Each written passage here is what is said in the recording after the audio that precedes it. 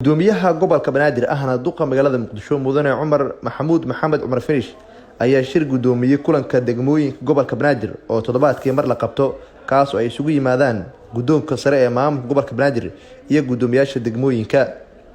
Kulankani oo waqti dheer qaatay ayaa waxa goobjoog ka ahaa gudoomiye ku-xigeenada maamulka gobolka Banaadir, gudoomiyaasha degmooyinka iyo agaasimayaasha dowladda hoose xamar, waxaana aad looga dooday arrimo ay ka mid ahaayeen nadaafadda iyo bilic socodinta caasimadda iyo sidoo kale nabadgelyada magaalada Muqdisho. Kulankani ayaa intuu socday waxa uu gudoomiyaha gobolka Banaadir ahna duqa magaalada Muqdisho mudane Cumar Finish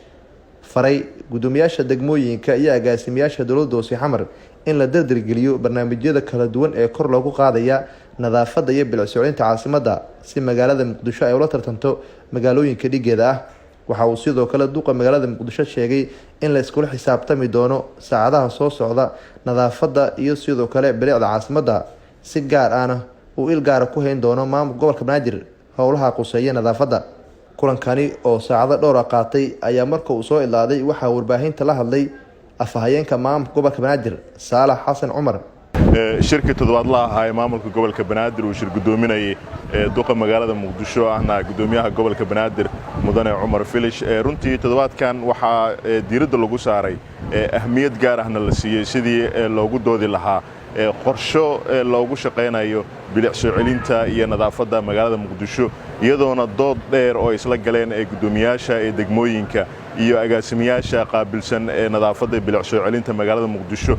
runtii mas'uuliyadda cidda qaadi lahayd iyo cidda lagu xisaabtami lahaaba oo go'aamo ka soo saaray gudoomiyaha gobolka Banaadir ahna duqa magaalada Muqdisho taasna uu ugu gol lahaa sidii bilicda caasimadda magaalada Muqdisho dib loo soo celin lahaa maadaama xilliyadii u dambeysay roobab xoogan magaalada ay ka da'ayeen haddana roobabkii ay istaageen diiradana hadda la saari doono wixii hadda ka dambeeya sidii loogu shaqeyn lahaa bilicda iyo nadaafadda magaalada Muqdisho isla markaana caasimaddan ay u noqon lahayd caasimad la mid noqota caasimadaha kale dunida